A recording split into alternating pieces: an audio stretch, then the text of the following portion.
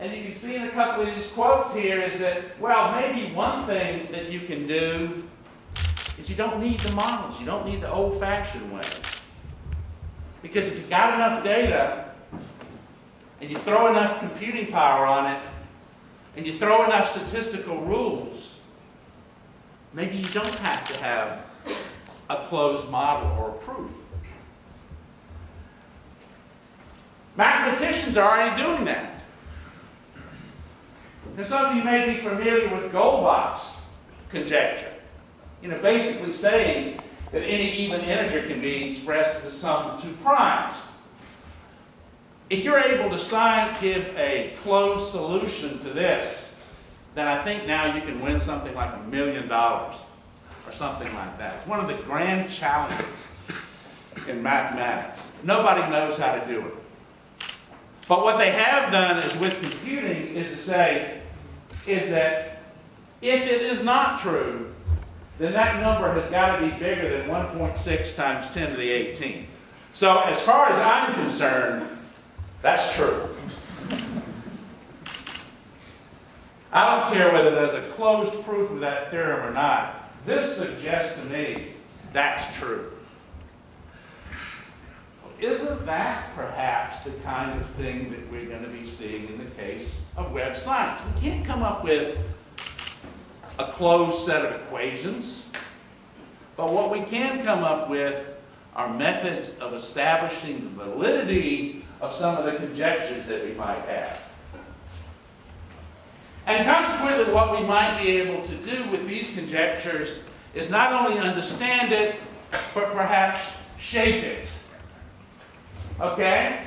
That we say that here science should not have a passive attitude, or people should not have a passive attitude towards science and technology. What we've seen now, too, as I said before, is that the web is a product of scientific technical advances. And that's probably why we are sort of encouraged to think about the web as an entity or an object. But that might not necessarily be the best way to view it. All right, let's step back here when we look at the web. So here what we have is what I consider to be the really big ideas of the web. URIs, which mean that you can uniquely identify some data resource anywhere on the planet. Simple protocols, simple linking, and then more importantly too, all of the above should be free, non-proprietary, and subject to open standards. These were the really big ideas. These were the things that made the web as successful as it is. But if you take a look at that list, to me, that looks like engineering specifications. Right? So I make the bold statement that Tim Berners-Lee did not invent the web. That maybe the web was already there. But what he did is he engineered the web on the internet according to those specifications. And he expanded the views. We talked about perspectives earlier. He expanded the views that people had about social activities. So local libraries meant now that the web became a global library. Or your little shop, you now had access to shops all over the world.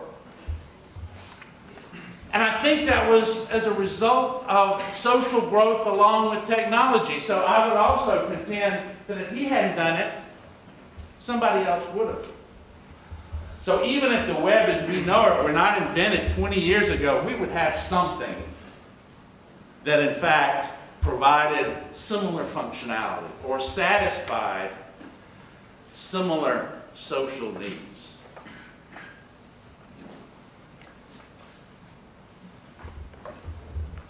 The web is defined by scale.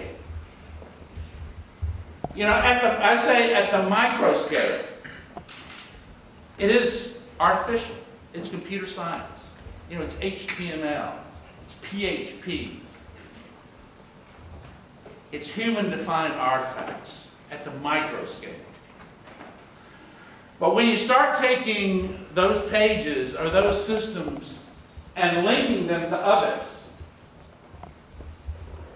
then it becomes interesting on the macro scale, which far surpasses what was happening at the micro scale. And that's where the real complexity comes in. That's where the real power comes in. That's where I don't think many people in this room would disagree with the fact when I said that now the web has become a basic part of human interaction. We could never imagine living without the web now.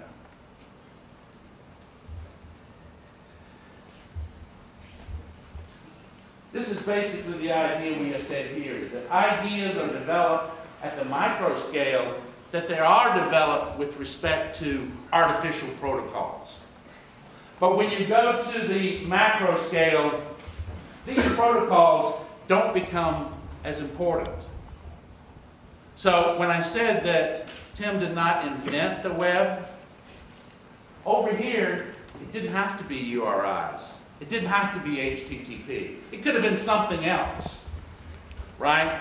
But over here, we would have still had that phenomenon, so maybe it really wouldn't have mattered if it was URIs and HTTP and all of those things that we think of that are technical definitions of the web.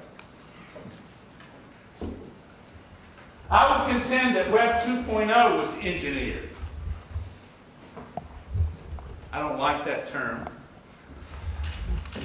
But why was it engineered? Because it was a response to the ways in which people were using the web.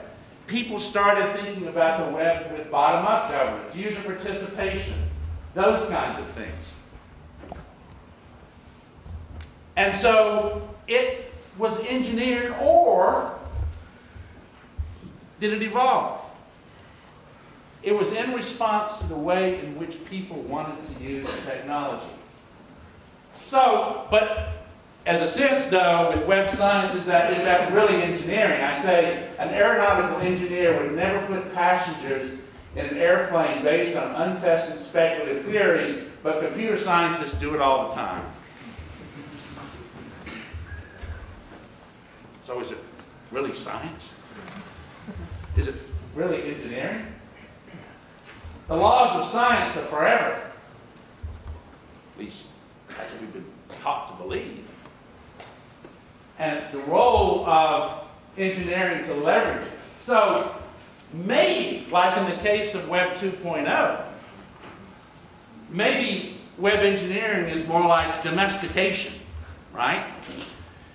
The way you might domesticate dogs or roses.